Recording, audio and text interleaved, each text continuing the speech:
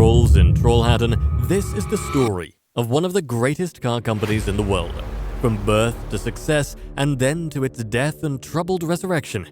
Today, we're going to talk about how Saab went from a safety and turbo icon to just another General Motors casualty, like Pontiac, Saturn, and Oldsmobile.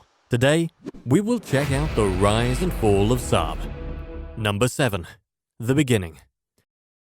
Saab's history begins in 1937 in the small Swedish city of Linkoping, located 120 miles southeast of Stockholm. The company originally produced aircrafts, especially fighter aircrafts for the Swedish Air Force, which were planned to be used by Sweden to defend its neutrality in World War II.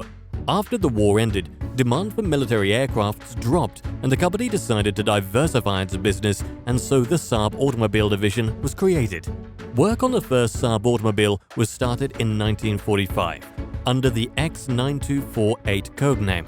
Soon the project became known as Project 92. Saab's previous product was the Saab 91, a single-engine aircraft. With the automobile project advancing, the company decided that car production will take place in one of their facilities in Trolhattan, a city on Sweden's North Sea coast, about 200 miles away from Stockholm. In 1948, work started on converting the existing facility to allow automobile assembly, and soon the Saab Automobiles headquarters was also moved to Trolhattan, where it remained ever since. Number 6. The first automobiles. 4 prototypes of the Saab 92 were soon built and were called Saab, which means original Saab in Swedish, and in 1949 the final production version was ready. The first Saab 92 left the assembly line in December 1949, marking the beginning of one of the most appreciated car brands in history.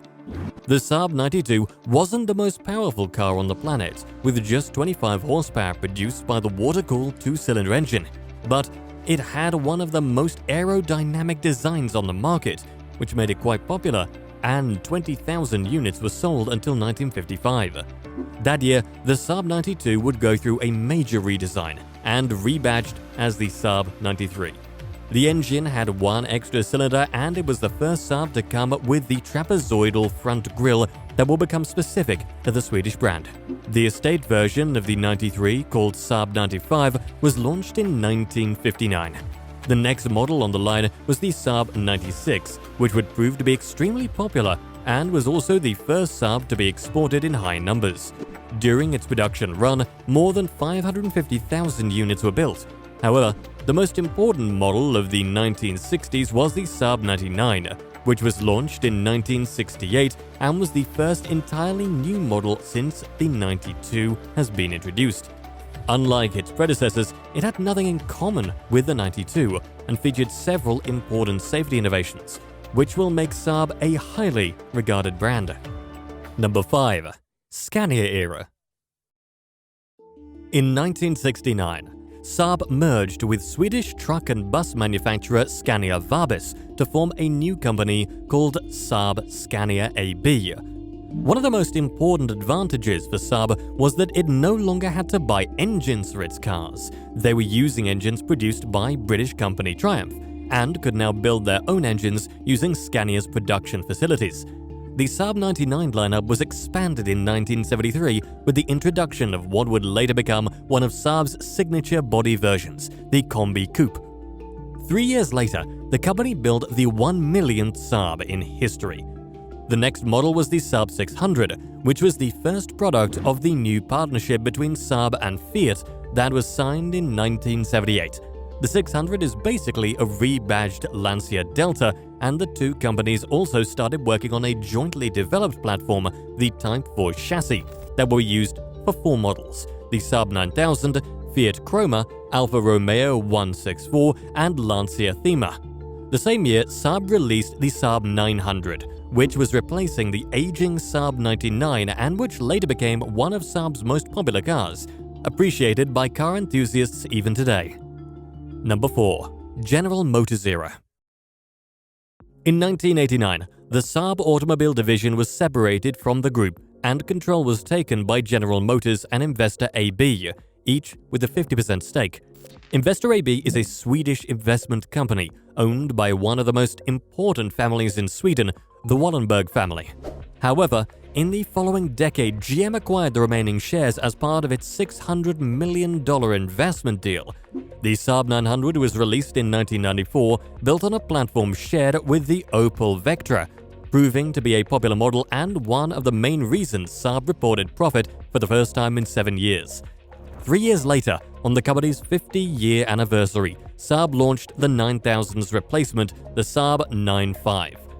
It was the first time this naming was used, and it continued with the 900 successor, which was called Saab 93. Like we said, by 2000, General Motors was in complete control of Saab, and the first car to be released was the new 93 in 2003. It was an entirely new car that was met with some controversy due to General Motors dropping the traditional hatchback silhouette for a more conventional sedan body. Just like its predecessor, the car shared many components with the Opel Vectra. Unfortunately, it was the beginning of the end for Saab. In an effort to increase sales, especially in the United States, General Motors built the Saab 92X, a rebadged second-generation Subaru Impreza, and the Saab 97X SUV, based on the Chevrolet Trailblazer, which were available exclusively on the North American market, following some other uninspired decisions, such as delaying the 93 estate, not building a 93 hatchback, and completely cancelling a 95 replacement. Saab sales started to drop. General Motors took another controversial decision when they moved Saab production from the traditional location in Trolhattan to the Opel factory in Rüsselsheim. Combined with General Motors' declining business and the financial crisis that hit in 2008, the Detroit carmaker started making plans to drop Saab. According to reports, more than 20 buyers were interested, including big names like BMW, Fiat, Renault, and Hyundai. But surprisingly, the one that was closest to acquiring Saab was Swedish supercar manufacturer Koenigsegg. However, Koenigsegg withdrew from negotiations in late 2009, and General Motors started looking for other potential buyers. In the end, the one to acquire Saab was Dutch supercar manufacturer Spyker, which would secure a loan from the European Investment Bank. But the deal was not without controversy, because several delays in the transaction were caused by investigations from the Swedish police into Spyker's officials Vladimir Antonov and Victor Muller, which were suspected with connections to organized crime. However, an agreement was signed in February 2010, and it looked like Saab's future was not so uncertain anymore. Number 3. Saab's 20 years of success. The first taste of success came at the beginning of the 1960s, when Saab launched the 96, a car that would make the Swedish brand known worldwide for its safe and rally-capable vehicles. In fact, Erik Karlsson won the Monte Carlo Rally twice at the wheel of a Saab 96, in 1962 and 1963. All was well and good for the Swedes until this point, but there was one problem. All of their cars made up until 1980, when the 96 went out of production, were based on the quirky Saab prototype from 1947. Crazy, right? In other words, making another new car on a 30-year-old platform didn't really make sense going forward. So work began on Project Gudmund, which would come to fruition in November 1967, when Saab presented the all-new 99 in Stockholm. Every gearhead in the world knows how a Saab looks if you show him the 99. But the smart Swedes were quite ingenious during the testing period of this new car, when they tried to hide the truth from the world. In fact, they used widened 96 mules in the beginning, which were actually called toads. And later they slapped Daihatsu badges on the test vehicles in order to fool curious pedestrians. Think about it.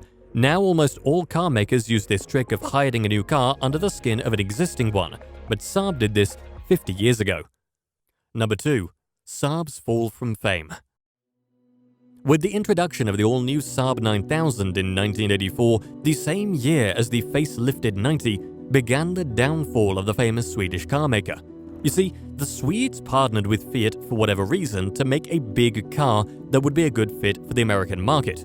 In the eyes of Italians, this would merely be a badge-engineered Lancia Therma, Alfa Romeo 164, or Fiat Croma. But Saab had other ideas.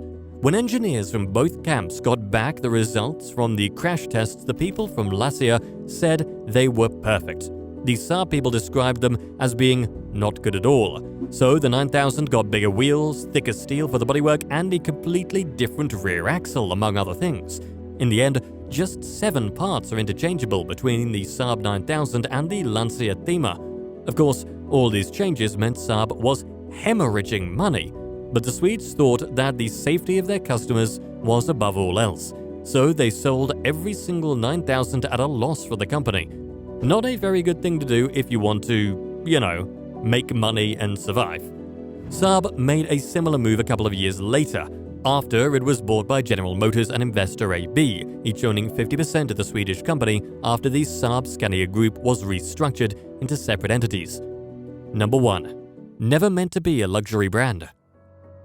Saab was never meant to be a luxury brand, but Americans thought otherwise. The Americans brought a lot of financial know-how to the table, which Saab apparently lacked in those days, and thought that the Swedish maker would make a good luxury brand. And so in 1994 came the second-generation Saab 900, built under GM's umbrella, which was heavily based on the Opel Vectra of the time. A year later, the Swedish automaker turned a profit for the first time in 7 years, so things were going well. So, what's in store for the future? Well, Saab as a brand is as dead as a rock. But Evergrande, the owner of NEVS, wants to become one of the biggest suppliers of electric car know-how, so it has apparently invested a lot of money into 2 new electric models, which will presumably be built with input from Koenigsegg. Yeah, the same Koenigsegg that once tried to buy Saab. Nothing has happened yet, although there are 2 models out there in the wild that show how those cars could look, and they're not bad at all. And there you have it, the short story of how one of the coolest and most interesting car brands went into the ground. What do you think of Saab? Did you like the cars when the brand was still alive? Let me know in the comments below.